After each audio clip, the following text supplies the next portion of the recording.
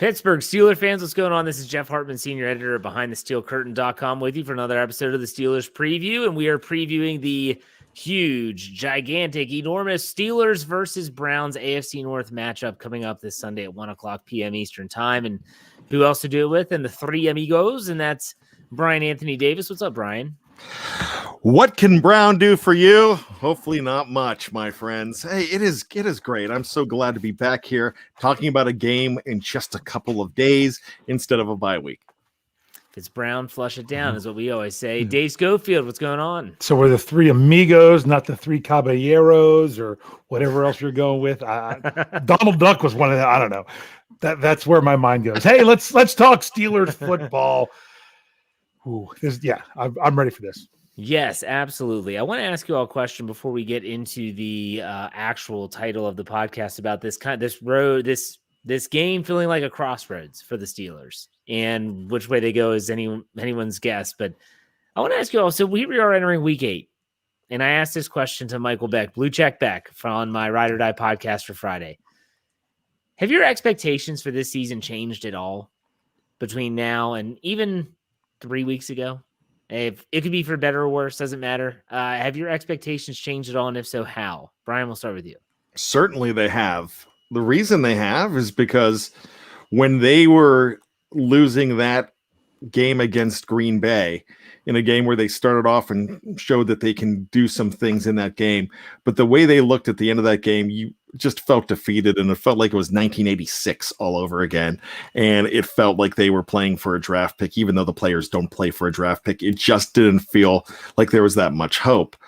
But those two games, the way they battled, and in recent history with the Steelers on how they battle after tough starts, and thinking about stuff like 1995 and 1976 and even 2002 and the Tommy Maddox year with a 1-3 start, you start thinking about that and you feel like the lights coming on a little bit more and not dimming. So with that being said, yeah, that's why I'm excited for this stretch. And we'll talk about more about this game later on, but the games that come after that make you feel that it's a possibility that magic could happen. Dave, what about you? Expectations change any positive, negative? If so, how? Yeah, and I've said this a lot, so I'm going to go with the answer that I've given a lot. My expectations have changed in that even though we want to, I don't want to look more than 1 week ahead. It's easy to say, and we're going to talk about this with the crossroads, and it's true. But at the same time, nothing matters 2 weeks from now if things don't go right in this week. You know what I'm saying? Well, even on a game-by-game basis, though, like, do your expectations for the Steelers as a team heading into this game, have they changed in terms of your overall expectations for even game-by-game since the start of the season, since the 3-game skid, since the 2-game, like, what is it? And that's what I was going to say. It's that as this team has come along and you see where their strengths and weaknesses are, then you want to go into each game saying, I want to see improved play from the offensive line. I want to see the Steelers, secondary not give up big splash plays, things like that it changes here and there. I mean, think about it. It changes so much. There is no way anyone from week 5 said going into week 6, the Steelers need to improve their tackling. They missed like 3 tackles in week 5. They did great at tackling. Week 6, not so much. So what's everyone saying now? Man, they really need to improve their tackling going forward. It changes so much week to week.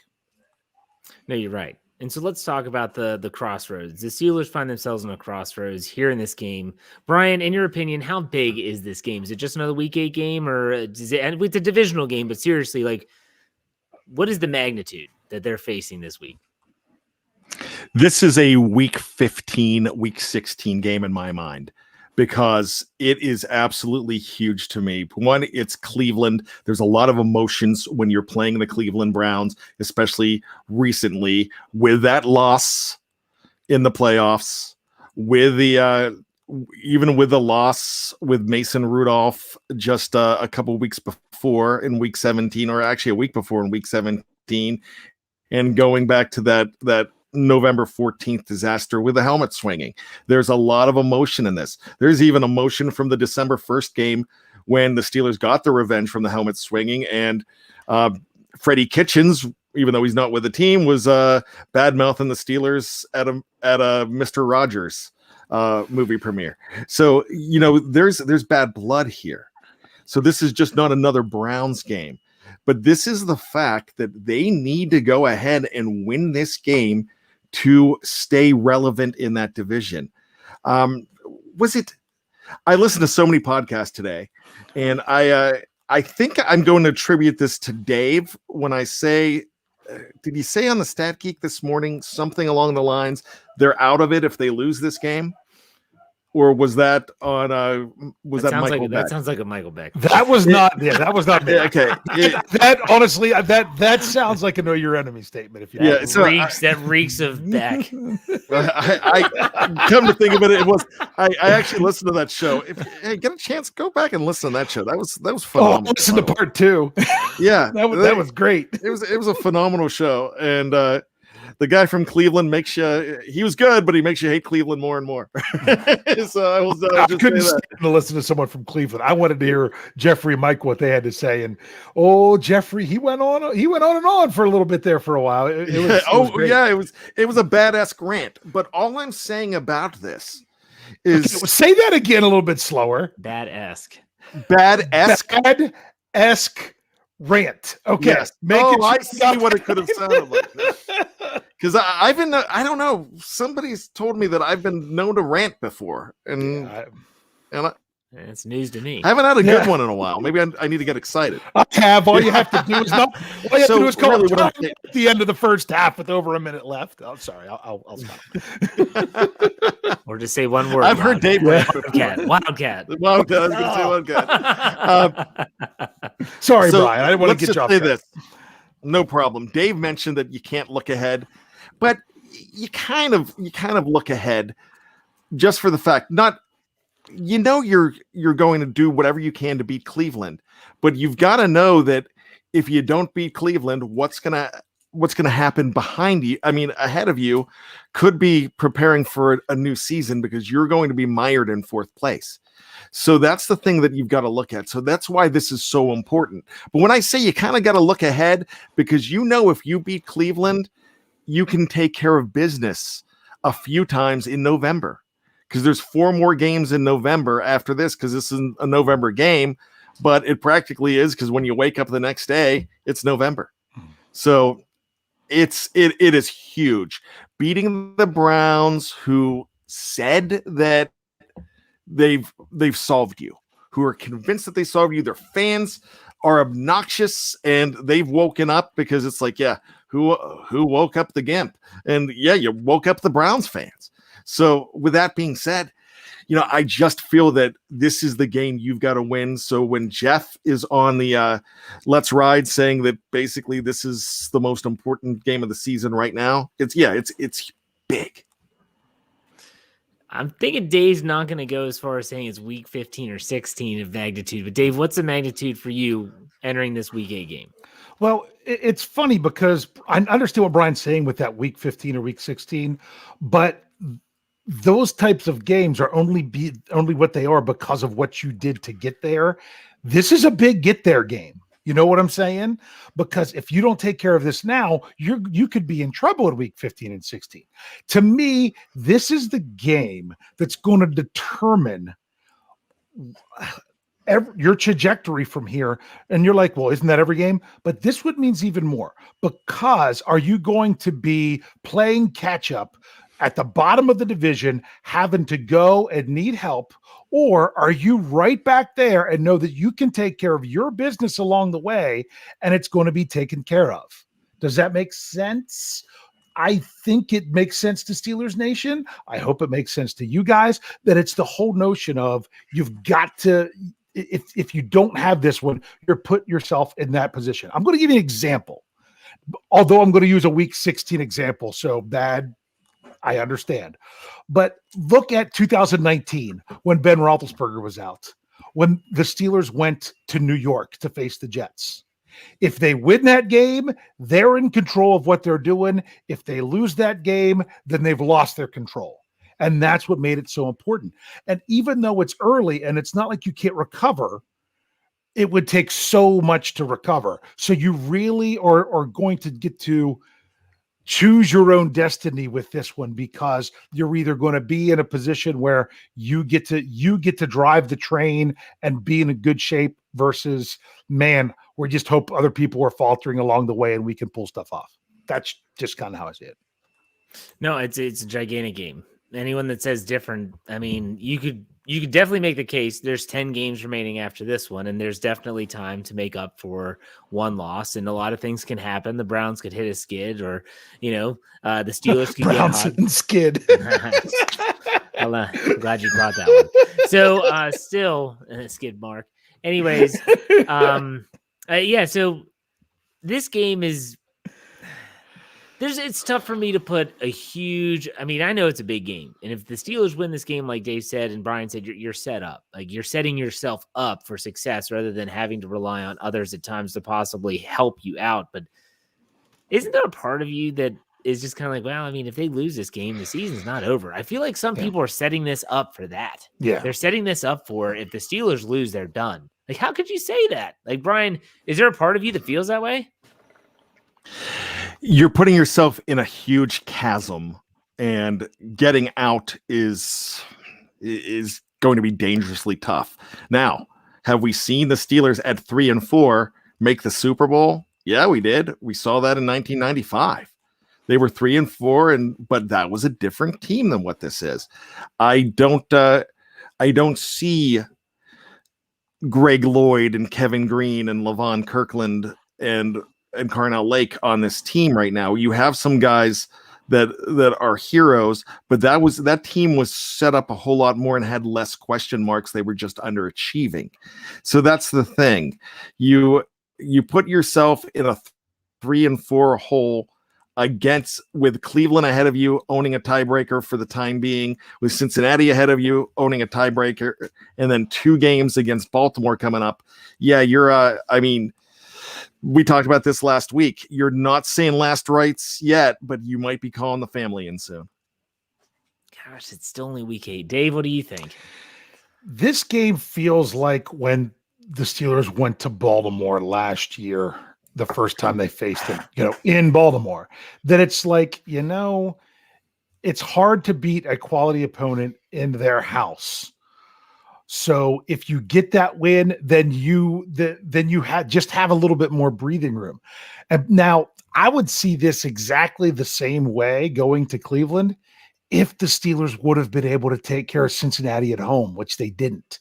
So now every little division game puts you in that situation. I mean, this game wouldn't mean nearly as much, and could be one that you could recover from so much more if you weren't already 0-1 in the division and 0-1 at home in the division. Sorry, as I lose my phone. No, that's okay. So yeah, all right. So this game, ginormous. Ask you all a question I put on my Twitter feed. This was earlier today. I was leaving work.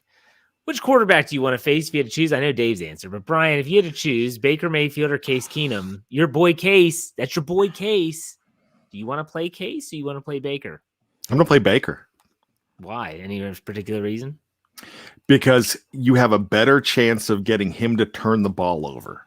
You have a sure-handed guy in Case Keenum. And, I know what Dave's thinking right now, that I just said this on the Steelers Stat Geek today. Yeah, I listen. Yeah. But I really think that with that offensive line and what they need to do, I think they're better off. The Browns are better off with Case Keenum this week against the Steelers, because if you get Baker Mayfield in there and he's trying to chuck the ball with a bad shoulder and he's beat up and he takes a hit from Highsmith, he takes a jarring hit from Cam or somebody like that, and he can unravel in a hurry. I think he is more capable of unraveling than Case Keenum is. I think Case Keenum is a veteran. You saw him lead a team to not just the playoffs, but a miracle win in 2017 in the playoffs against that Stephon Diggs play with Minnesota over New Orleans. This guy is tough. He's a quality backup, and I think that I think what I saw against Denver last week, if that running game can get going, then all he has to do is just manage. Baker won't do that. Baker will try to be Baker, and he will, against a good defense, he can make mistakes. You're right. That Twitter poll that I ran is only, I don't know, 7 hours old, almost 1,000 votes. 69% of the people that voted want Baker Mayfield to play over Case Keenum. Dave, go ahead. I was shaking my head at Bryan because here's why. Jeff, your wife was and is quite the volleyball player, right? And I'm going to use a volleyball analogy. Okay, you've got setters and you've got spikers. Okay, hitters, Bryan, he just get what's I didn't call him the right thing, did I? Right? Who cares? I'm not a volleyball connoisseur, but Jeff gave you the perfect set for a 3-word answer for you to come in for the kill. And we got the soliloquy. Okay. The answer is this: 3 words. Baker Mayfield sucks. Well, but I think you need to throw in those 3 words are great. Those 3 words are great. That's and I love those. I'm shaking my head. I'm like, and I love those. Do is say Baker Mayfield sucks. No, sorry. But go ahead. You have to also remember that Baker Mayfield was the one that came to Heinz Field and beat them in the playoffs. However, I got handed to him on that one. He did. But I'll take a banged up Baker Mayfield over a healthy Case Keenum any day of the week. Mm-hmm. Remember last year in Heinz Field was when he had the rib injury, and they hit him. And every time they hit him, you could just tell it was hurting. And he didn't finish the game. The same thing will happen. Now, do you also think that Stefanski is just kind of like toying with the Steelers a little bit? There's some video of Baker throwing at practice. He's been limited the last 2 days in the injury report. Dave, what do you think? I know you want to see Baker, but do you think Stefanski's just kind of toying with the Steelers and it's really going to be Case? Absolutely. I think he started it. I think Coach Tomlin, he started, toy with him. Coach Tomlin toys back. He's like, when he breaks down the Browns offense in the press conference, which, so much about that press conference was great, but he's there. He's talking about the great offensive line. He's talking about the running game. He's talking about the quality players on the outside, what he said, they're eligibles. And then he gets the quarterback. I think I said this on Stat Geek, and he's like, yeah, it doesn't matter which guy it is. I mean, he basically is saying that he doesn't care which one it is. And they're like, okay, if you don't care, then we're really going to try to hide it and everything. And I mean, honestly, it doesn't. If I'm the Steelers, I'm preparing for Case Keenum. And if Baker Mayfield plays, I'm just even more ecstatic. That's just me. But that's because I covered it a lot on Stat Geek. So, because Baker Mayfield sucks. Yeah. I covered a lot on Stat Geek. So if you want to know even more, go ahead and check. I ran the numbers of the guys. So if you want the numbers, they're there. But Baker Mayfield does maybe have a greater potential to come out and just do the big things, but he's got so much more the potential to come out and blow it and throw the big interceptions. Case Keenum is going to be your more steady, middle of the road guy that, he can still give you the great plays, but he's going to really reduce the number of bad plays. I like it. I agree 100%. Connor Eddy gave us $1.99, put it in the tip jar. Thank you very much. Says, do we see a 2-back scheme this week with Anthony McFarland Jr.? Most people don't know he's a junior. Ant Mac. I'll start with Dave here. What do you think? Any way they go 2 backs? Everyone's, and a lot of Steeler fans have been asking for this. I don't know where people are getting this notion from. I just don't see. If they do, you're not going to see much. I mean, we don't even see 2 backs with a running back and a fullback. You know what I'm saying? Enough. I just don't see that that's something that they're going to try to do.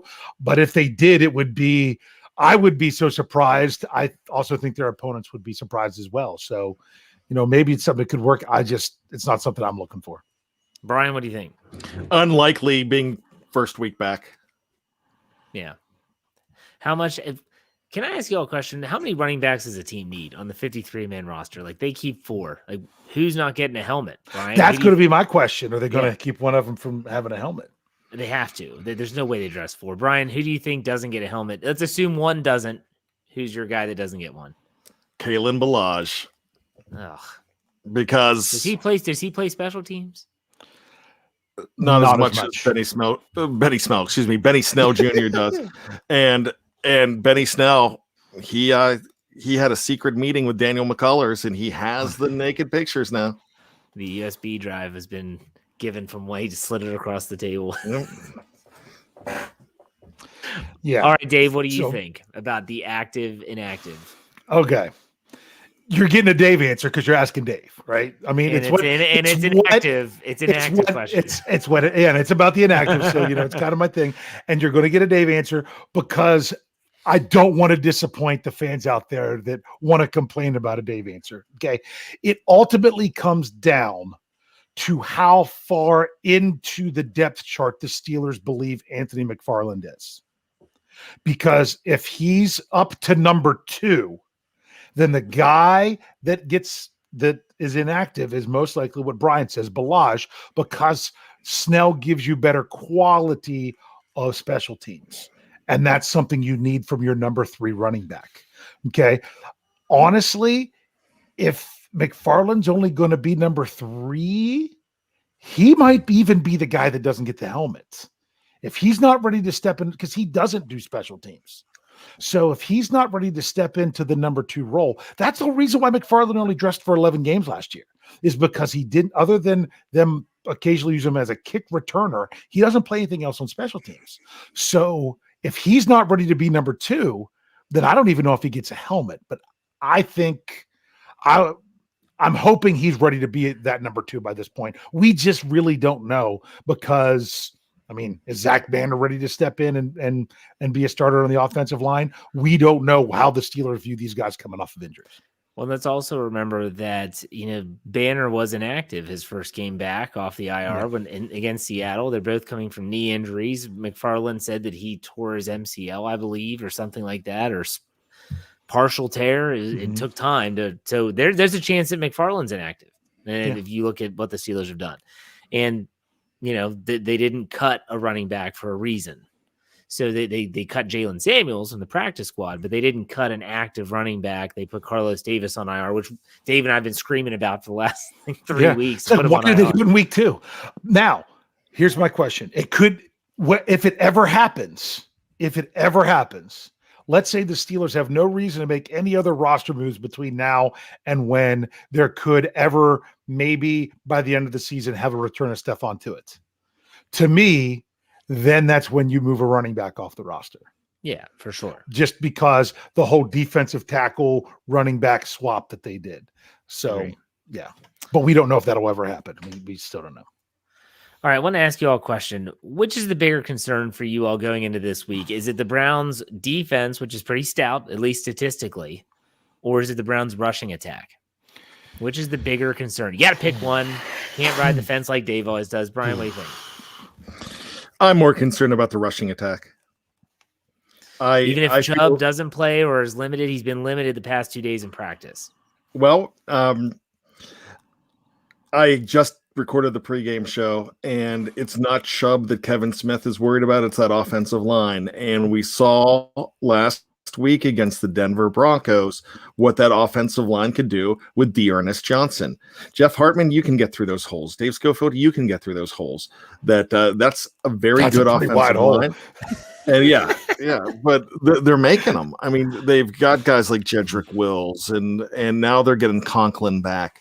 It's a really good offensive line that they've put together there, and that's what's going to give the Steelers problems the most. I think that the running game is getting better. I realize how good that front seven and how good that defense is, but I would be more concerned about that because here's the thing.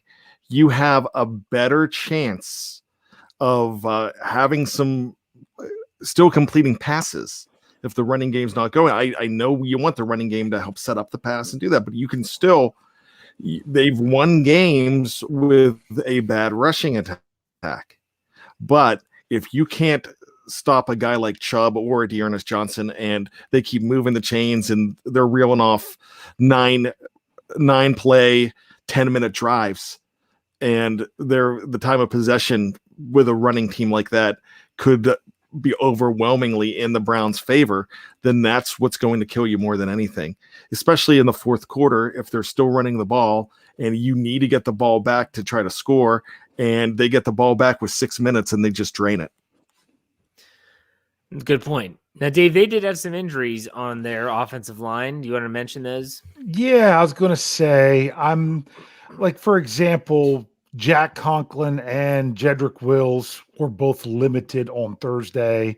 JC Treader, the center, he did not practice. People were worried about Nick Chubb.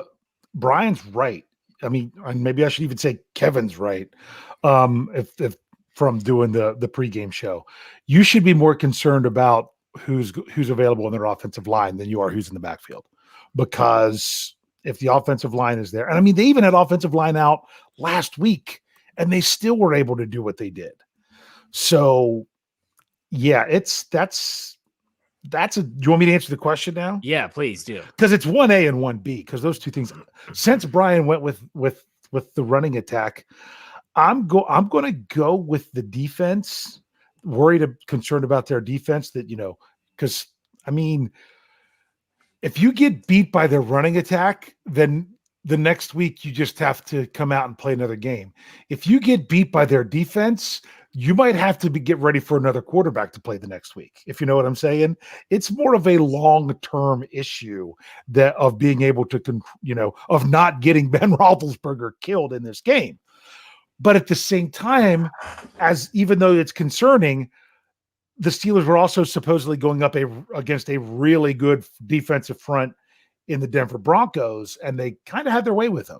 Now, I think this Cleveland front is better, in my opinion, but it's not beyond the realm of possibility for them to step up. But it's going to take great play across the line in order to do that, and that's why I'm going to go with having to stop that defense, particularly the defensive front. You bring up the defense, and Dave, you and I both covered these average statistics in this week's episodes of My Let's Ride and Your Stat Geek. When I look at the defensive rankings for Cleveland, and you're talking about like top 10, top 5, and then you get the points. Like, how do you explain that? I don't get. I literally have tried to wrap my head. They're giving up 23.6 points per game is what I saw, and that was like 18th in the league, or 17th or 18th, I believe. It doesn't make sense. It doesn't make sense that you're like ranked second in a lot of categories. I mean, I would have to go down and break down the individual drives. You know what I'm saying? That's what it would take. And frankly, I don't want to look at the Cleveland Browns that in depth, if you know what I mean. That it's like, but the Steelers had a tendency to do that sometimes with their defense. Like if they gave up a first down, they were giving up in a drive, they were giving up a bunch of them. Or they were holding him to a 3 and out. It was either night and day, hot and cold, things like that. Also, the Browns have 7 turnovers on the season. I haven't been able to look up and see what are they giving up in points off of turnovers? Do you know what I'm saying? Yeah. Are they setting up the other team to score points in that way? And that's why, because I thought that was crazy. I mean, they're not even in the top half of the league in points given up, when they're like top 5 for both run yardage and total yardage, and top 10 for passing yardage. And then they're not even in the top half of the league for points. It is crazy. So I'd have to go back and look, and that makes me have to look at more of disgusting brownish orange uniforms than what I want to do. Yeah, don't do that. All right. One last question before we take a break. Motivation. These guys are pros, but how much motivation do the Steelers have going into this game on Sunday, in your opinion? Brian, we'll start with you. I think plenty, because just that last game, I think there's so much that I think this rivalry is a little bigger for the Steelers than it was just a year ago. They call it Steeler Week in Cleveland. They really don't call it Browns Week that much here, unless we want to make it a bigger deal, being the media or anybody that covers the team. So, it's just one of those things that the Steelers are motivated by that sick feeling of what these guys came into their house and did to them. So that's motivation enough. Dave, what do you think? Motivation wise, It's because the Steelers are the number one rival of every other AFC North team. That's why Coach Tomlin focuses so much on it's an AFC North game. It's AFC North football. I think the Steelers that's how they look at the entire division. So yeah, for some of these guys, I mean, Chase Claypool even, brought it up that, they got the best of us in the playoffs. So this would be nice to get back. But like Coach Tomlin brought up, there's a lot of guys on this team that doesn't mean anything too, because they weren't here last year.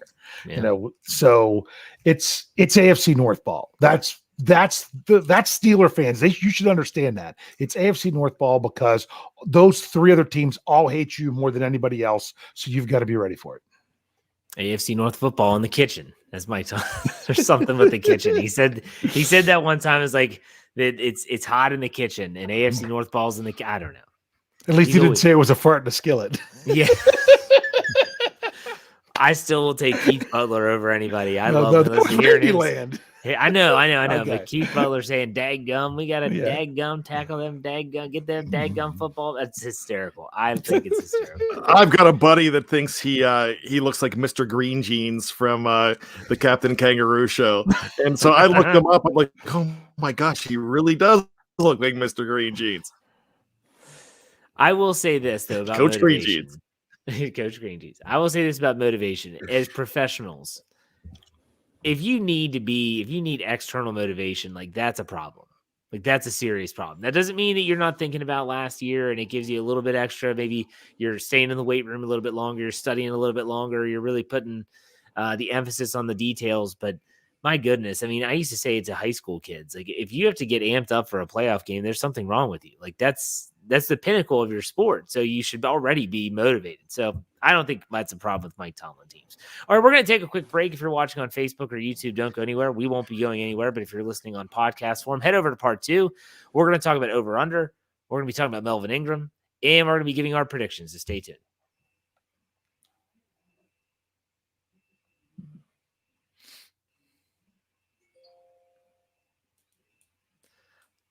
All right, welcome back, Steeler fans, to part 2 of the Steelers preview. I'm Jeff Hartman, senior editor, BehindTheSteelCurtain.com. Joined as always by Dave Schofield, Bryan Anthony Davis, and Melvin Ingram wants a trade. I saved this till the beginning of part 2. I figured we'll just save the news for that part. Melvin Ingram wants a trade. That's what the report was. And that's from Aditi Kinkwabala of the NFL Network, also Ian Rappaport of the NFL Network. I just want to get your all's take, what you think about this when you heard the news. Bryan, go ahead. Hey, Mike Tomlin wants to go to USC or LSU or the Raiders too. I mean, really, until it comes from their mouths, I do not believe it. You know what? They made it quite clear to Justin Houston, and they made it quite clear to Melvin Ingram what was in front of them when they were making their offers. It was not good enough for Justin Houston. He went to Baltimore, and I respect that, because he had a better opportunity there. It was fine for Melvin Ingram at the time. I don't know if Melvin Ingram is even saying this, because this is, the deal. You got to have the story first. Aditi might have heard something, might have heard that there's whispers, but until there's an exact quote from Melvin Ingram, I don't believe this. That's interesting. Dave, what do you think? I just don't see how the Steelers can move him if they don't have another answer there. I mean, you've got to think Ingram knew what was happening when he came in. What was he promised? What was he told? There's no way they're going to tell him he's going to start. But what if he was told that it would be an open competition with Alex Highsmith? Okay.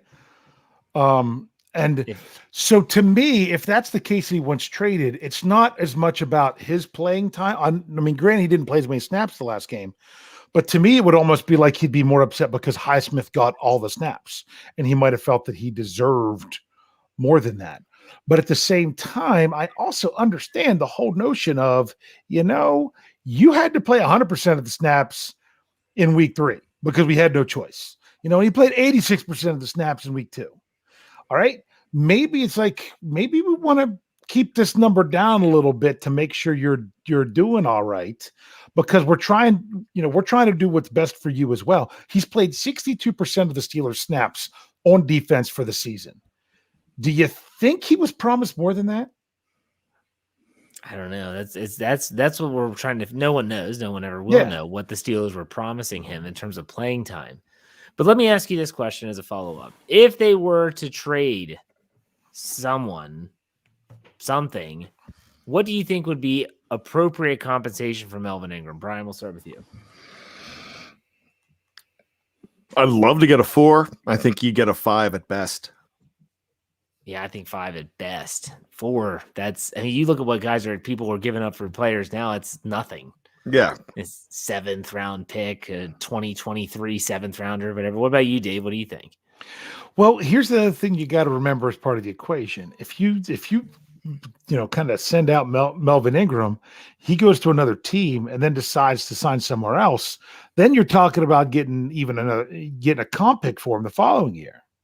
If Melvin Ingram just plays his 1 year here in Pittsburgh and then goes and signs somewhere else for a decent amount of money, he could be a 5th round comp pick. So if they want to give you, a 2023 5th rounder, they might be getting the same thing right back. And for me, for the Steelers, that's not enough. That's not enough. Honestly, you want to know what I want in return? I don't think it's going to happen. I want another player. I want another player somewhere else, because that's going to help the Steelers now more than a draft pick in a year or two. You know what I'm saying? And I just don't think I wouldn't listen. I don't think they get anything higher than a 5. I wouldn't trade him for anything less than a 3, or for a player that you feel is going to help you right now, simply because you're better off keeping him. That's the thing. He's an insurance policy. Yeah. So, what if both of those players, TJ Watt and Alex Highsmith, have had groin injuries, and now guess who else has a groin injury? Melvin Ingram, who's been limited the last 2 days of practice with his own groin injury. The Steelers cannot even entertain a trade. They'd have to have an offer that literally they couldn't refuse. Yeah. So we're not going to get to that. But let's do some over-under, though, and let's switch it up a little bit. You all ready? Sure. All right, here we go. Ben Roethlisberger yards. We're going to set the line at 250. I'm hoping the game is going a certain way. Over, under, Bryan. I'm afraid over. All He's right. going to have to sling it. Dave? I'm going to go slightly under. Oh, that means that another part of this, which is Najee Jerome Harris, the over-under for his yards, 82.5. Najee Jerome Harris, how many yards? 82.5, over-under. Bryan, what do you think? You're muted. You're muted again. Now you're not. Now you are. Now you're not. Yeah, keep pressing it. Keep pressing. There you go. I'm tired. I did over under. I 82 think and a it's half. slightly over. I think it's over. This is slightly. rushing yards, Rushing right? only. Yeah. Yes. I Okay, know that's a good front seven, but I'm hoping for some magic from the Hulk.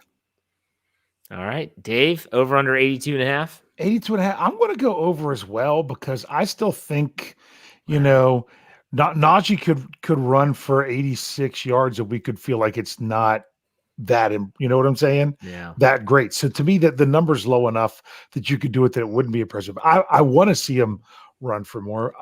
When I was throwing that number of 86 or 7, that doesn't mean that's what I think it'll be, but I'm hoping, I'm saying he goes over that one. I'm going to say slightly under. I think he's going to be around 80. Next, Najee Harris receiving yards. We'll say 46.5. Bryan, over under. I'm going to say over slightly. Dave. Okay, Dave. I'll go over as well. No, I'm changing my mind. I'm going under on that one. I'm going under. All right. I think he goes over. I think he's going to be around 60. I think he's going to have a good day. He's going to be the focal point. He always has been this year.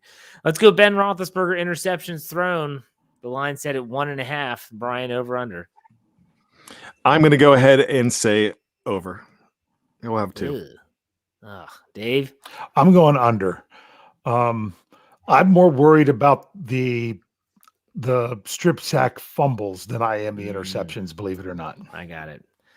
Let's go to Ben Roethlisberger touchdowns. I'm going to go under, by the way, on the INTs. Ben Roethlisberger touchdowns, 1.5. Brian, over, under. Over. He'll have 2. Okay, Dave. 1.5. You know what? I'm going to go over as well. I'm going to go with 2. Okay, I'm going to take the over, too. Pittsburgh Steelers sacks on Browns quarterbacks, 2.5. Brian, over, under. Let's say slightly over with 3. Dave? You say 2.5. Yes, sir. Maybe I should push. No, I know you can't push that. So I'm sorry. I'm doing a quick calculation. They give up on average 2.7 a game. Ooh, so they give up more than the Steelers do, even with what's considered a better offensive line, just in the style of way when they go to throw the ball. Baker's not deciding who he's throwing to before he snaps it and getting it out really quick. He's actually going to look at, and I'm still saying Baker, that he's going to look and see what the receivers are doing and then try to hit them. And therefore, for that, he'll hold the ball onto the ball more. So now that I've given you the nice long explanation, it is over. I'm going to take the over as well with 3. And the Steelers sacks surrendered. This is Cleveland Browns sacking Mr. Roethlisberger, BTR. I'm going to set it at 3.5. Brian, over, under. Under with 3. Ooh. Okay, Dave, I think it'd be a good day. I'm going with the law of averages. They average 2.85 sacks a game, so I'm going to say under. I'm going to say that it's 3. I'm going to get under as well. Not so much because the offensive line just has an incredible game. I think the Steelers are going to throw the ball really quick and not give them a chance to really get after them. So that's my thought. That's my over-under. Let's go into game picks before we get to trivia. The spread is 3.5 points the last I saw, and that was both on Tally Site as well as the DraftKings Sportsbook. I have DraftKings up right now. I just refreshed it just to make sure. Is it still 3.5? It is still 3.5, and the over-under is 42. Now, before we do this, Dave, do you want to throw in your little stat you talked about before we came on the air as a part of your pick, or do you want to say that before we give our picks? Because I think it's a very valuable statistic. Okay, I'll say that if this line holds. Now, we do know this line could move a lot if all of a sudden the injury report has 17 players out for the Browns, that they were just messing around saying, oh, they were limited because they stepped out and threw a ball. You know what I'm saying? If this line holds, it will be the most points in which Ben Roethlisberger has been an underdog against the Cleveland Browns in any game he has played, because they've been bigger underdogs, but they were in games where Ben didn't play. So not only that, it's only the 3rd time in his career that Ben Roethlisberger will be an underdog against the Cleveland Browns. I'm trying to think of the other 2 games. Oh, just wait. Oh, just wait. We'll talk about it. We'll talk about it. Okay. That's not trivia, but it's it'll come up during that time. All right. Okay. All right. So Brian, let's go with you. -3, plus 3.5 for the Steelers. What's your prediction for this game? How do you see it playing out? What's your score? My head keeps on saying that the Browns are going to take this one, and the Steelers are going to take the one on Monday Night Football, January 3rd. But my gut just keeps on going towards the Steelers, saying, "Nuh-uh, not this week, fellas," and winning this game. So I'm going to say the Steelers squeak by with a Boswell field goal at the buzzer. Do they have a buzzer? I think that's basketball. But 27-26. Oh my gosh! Someone get Brian to bed. That's what you hear when you're wondering what's going on when Sapphire steals your phone. Saffy. Someone get Brian to bed. Dave, what's your prediction? I'm going strictly heart on this one. I really am. I don't want to overthink it. I'm kind of concerned. I could see this game. I could see the Steelers coming out of the bye and just being rejuvenated and saying, hey, we've won, was it 4 straight coming out of the bye? And they're just going to go in there and just stomp stomp the doors off of them. Is that a word? I don't know if that's the phrase or not. They're just going to go in. Stomp a mud hole. So I could see that. I could see them going out there and starting flat like they generally do coming out of a bye, because I said this stat on the Scobro show last year, coming out of the bye, if you could call it a bye, what they had last year, when they scored a first quarter touchdown against the Philadelphia Eagles in the first quarter coming out of the bye, was the first touchdown they had scored in the first quarter coming out of a bye since 2008. They just don't get going. I'm thinking of sitting in the stands watching them go down 14-0 against the terrible Miami Dolphins in 2019, in a game they did come back and win. But so I can see it going either way. So I'm going Hart. And what I'm saying is, even though it's only the second time under Coach Tomlin where the Steelers are underdogs in a game coming out of the bye, got to throw more stats out there as much as I can. I am going with the Pittsburgh Steelers 24 and the Cleveland Browns 13. You're close to my pick. I had 24-20 Steelers win. I think it's going to be a good game. I think it's going to be entertaining. And we're back. Do you guys like, because Tony Romo and Jim Nantz are doing this game? Yeah. Do you all like Tony Romo? Brian, do you like Tony Romo as a color commentary guy? I don't mind him. I hated Phil Simms, so he replaced Phil Simms, so I'm fine. He's a little exuberant, but I don't have a problem with the guy. I'm not a fan. Dave, what do you think about Mr. Romo? Let's say this. If the Steelers didn't have Romo and Nantz for at least one game during the season, I would probably miss it. If they got to go 2 weeks in a row, it gets old. Well, they already had him once. They had him in Green Bay. The Green Bay game was Nantz and Romo, and exactly. But if they were back-to-back games, I'd probably get old. It's been a long enough time. I'm okay for another game of Tony Romo. Sometimes he does try to do too much, tries to call the plays, tries to it's almost over the top at times. And usually I don't mind it if it's not the Steelers playing. But when it is the Steelers, sometimes it bothers me. Phil Simms was the absolute worst. I hated Phil Simms because he hated the Steelers, and he made it very obvious. I don't know why he hated the Steelers. Like, if Boomer Esiason was on, I would get it because, obviously the division and stuff. But anyways, okay, we have some trivia to get to, right, Dave? Sure. Brian, do you have trivia? Yes, I do. All right, well, before we do this, let's get to Tom Muir's $5. He just put that in the tip jar. He said, sorry, late joining. Who's the best tackle to block Myles Garrett? Or as That's a great question. Or as I call him, Big Turd. So let's talk about this.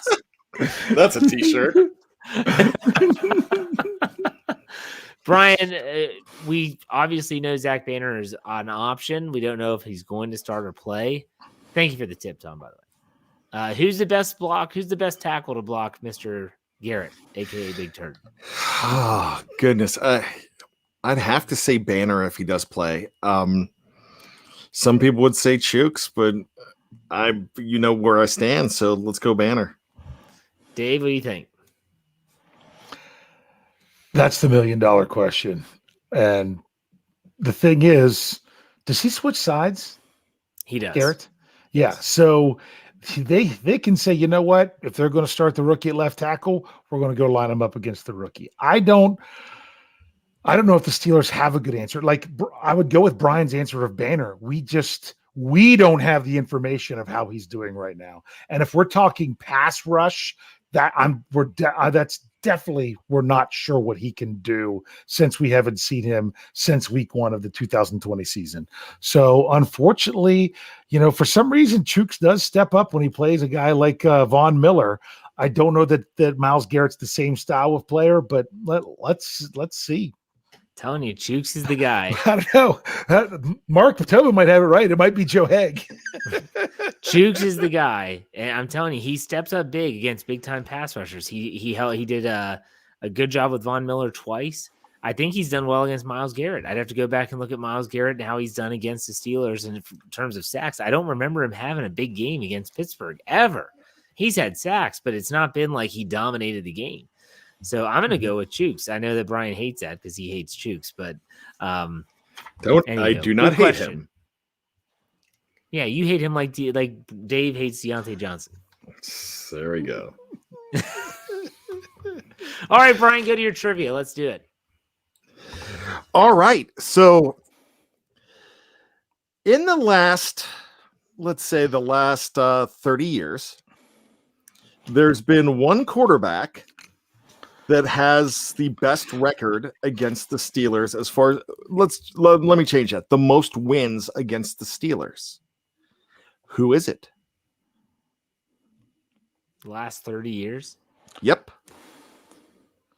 Best record. You would think it'd be someone that played against them often.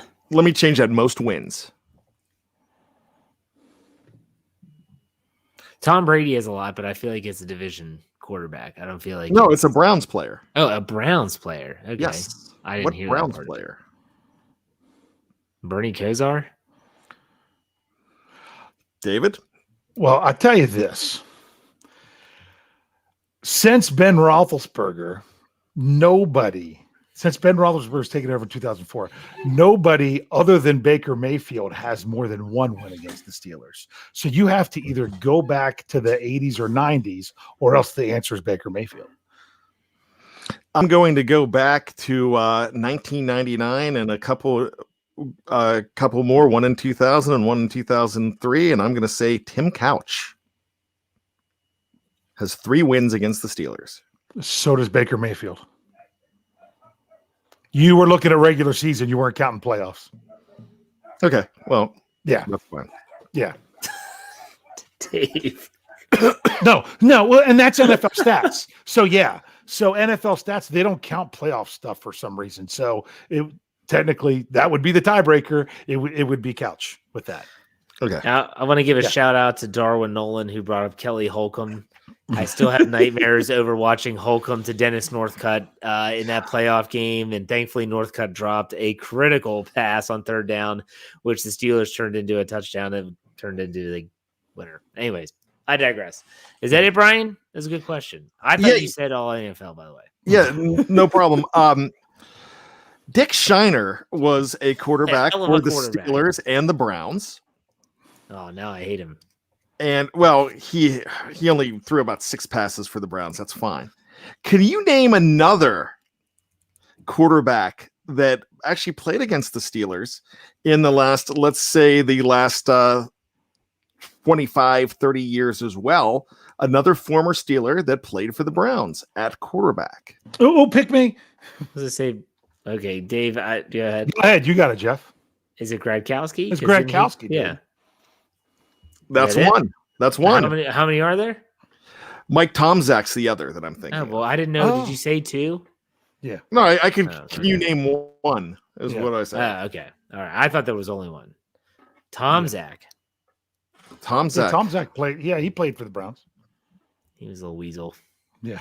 Oh, Tomczak's the greatest backup quarterback in Pittsburgh Steelers history. Whoa. What? Whoa. Slow it down there, big guy. Slow it down. Whoa. Okay. Like that is blaspheming against Mr. Batch. I love Batch, but Tomczak did more. Yeah. In your opinion. Okay. Wait, what is up with these Cleveland Brown quarterback questions? Because that's kind of what I got a little bit. You ready for let's it? Do it then, yeah. All right. Ben Roethlisberger has faced the Cleveland Browns a total, regular and postseason. He has played in 28 games against the Browns. He started 27. We all know about that other game, correct? Landry Jones, yeah. Landry Jones started and got hurt, and they dressed Ben just in case, and all of a sudden, boom, he's playing more than 3/4 of the game. So, of those games where Ben is the starter, do you all know his record? Do you know what his record is against the Browns? So he's lost 3 and he's tied 1, right? Yes. So that's 24. Thank you to Kyle Price in his video. That's how I knew that. He did that Cleveland visiting the visitor video. Oh, I love that video. So he's, as a starter, he's 23-3-1. Okay. Who were the quarterbacks in those 4 non-wins for the Cleveland Browns?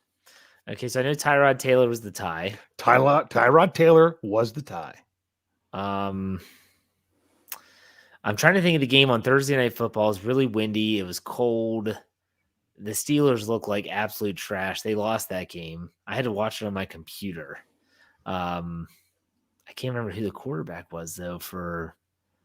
He lose to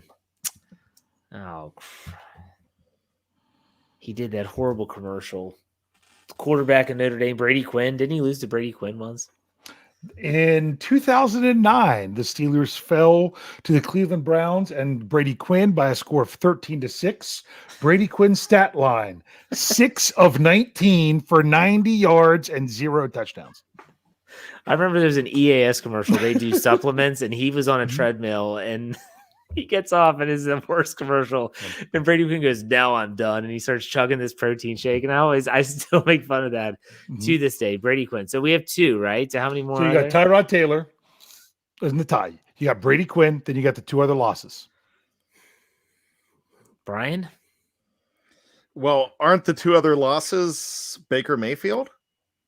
Baker Mayfield is one of them. He is the postseason game last year. That is the only time he has ever beat Ben Roethlisberger. The other 2 wins Mayfield has had over the Steelers, or as the previous week, which was Mason Rudolph, and the infamous helmet smash game, which was also Mason Rudolph. Then I'm going to have to think at this point. Gosh, was it Hoyer? In 2014, it was one where the Steelers fell 31-10 to the Cleveland Browns, led by Brian Hoyer. He was 8 of 17 for 217 yards and 1 touchdown. So what's funny is other than if you take the playoffs out of it, playoffs would take out the playoffs. The two losses and a tie during the regular season, none of the quarterbacks completed more than half their passes. I mean, it was 6 of 19, 8 of 17, and Tyrod Taylor, by the way, was 15 of 40 in that game. That was the pouring rain, if you remember that. 15 of 40. Yeah. So those are the quarterbacks that when facing Ben Roethlisberger have not fallen defeat. And out of all of those, who is the only one who never lost? Well, hold on. Take Tyrod Taylor out of it because he only played the one time and they tied. So he doesn't count because he didn't beat Ben Roethlisberger. Who's the only one of those 3 quarterbacks that beat Ben Roethlisberger and never lost to him? Brady Quinn. That was Brady Quinn with the whopping 6 of 19 for 90 yards. Now I'm done. Wow. Gosh. I was trying to look at that famous GIF or meme or whatever it is with all of the names on the jersey, and I was thinking of Derek Anderson came into my mind, and I'm surprised that he wasn't one. Derek Anderson, he has the second most starts against the Steelers against Ben Roethlisberger. Well, is this against Ben Roethlisberger? This was in the Ben Roethlisberger era. This doesn't count the games that Ben didn't play. So since 2004, he has the second most starts against the Steelers with 4, and he is 0-4. There's also 0-4. Jake Daylight come and you got a Delhomme. Everyone forgets that Jake Delhomme went to Cleveland at the end of his career. Yeah. He never faced the Steelers since Ben Roethlisberger was drafted.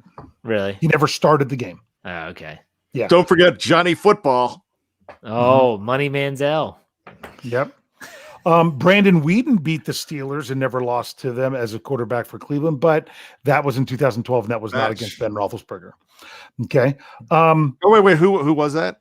I said Brandon. Was it Mike Tomczak or Batch that he beat? I'm not sure. I didn't have the you specific really game. bringing this up like Tomczak has some pristine record.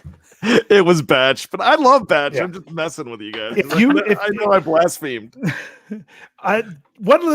This was almost trivia, but there was no way I could ask the question because it's more of just a little interesting note. In games against the Cleveland Browns, Ben Roethlisberger has thrown touchdown passes to 20 different players. Oh, good gravy. Since 2004, the Cleveland Browns have started 19 different quarterbacks against the Pittsburgh Steelers. So Ben Roethlisberger has thrown a touchdown to only one more player than what the Browns have had to start against the Steelers in the same time. That's now a couple of those started, but not against Ben Roethlisberger. So I love Ben throwing some shade in his press conference this week about, well, I'm glad I'm not the winningest quarterback in that stadium anymore. Yeah. All right, let's do some final thoughts, Brian. Go ahead. Bye week's over, so this is a long haul, but you have the Steelers every single week for hopefully 15 to 16 weeks, but we know there's 11 more games to go. There's something funny about this team where Jeff brought it up earlier and asked if our expectations changed. And I've been thinking about that after my answer, and I keep on going with it. I just feel like this is a team that we don't completely trust yet, but we know their background, we know the makeup of this team, and we trust that they're going to come in and have an us against the world mentality, and you're going to see some magic. You're going to see them go down to the wire, not saying they're in, not saying they're out, but I know that they're going to play hard. Dave, final thoughts. Oh my goodness. I could overanalyze this game until I am blue in the face. But there's so many different things. When I go to sit down on my couch Sunday, I know I'm going to be sitting in the same spot, looking at the same television, saying the last time this team went up against the Cleveland Browns, it all fell apart on the very first play. And I'm not going to forget that. I know that's not what motivates the team, but that's going to be in the back of my mind. And that's why I'm just like, I don't know what to expect. I don't know what to expect. I'll tell you one thing, though, I do like is the Pittsburgh Steelers. When they get the Cleveland Browns in 1:00 games, it's a whole different story because the only one they have lost since 2014 was week 17 last year when they were 10.5-point underdogs and still were a 2-point conversion away of sending that game to overtime with Mason Rudolph as the quarterback. So there's something about playing football, NFL football, when God intended at 1 p.m. on Sundays that hopefully the Steelers just go in there, take care of business, and then, boy, do things get interesting after that. But you got to go in and do what you got to do. I'd like Brian to read this super chat that we're going to put on the screen here. Chris Covage gives us Mayfield $5. reminds me of the ancient proverb. Confucius says, itchy butt, stinky finger, go steal. Chris, what is that? Chris Covage? Chris Covage. $5 in tip jar. Confucius say, itchy but stinky finger.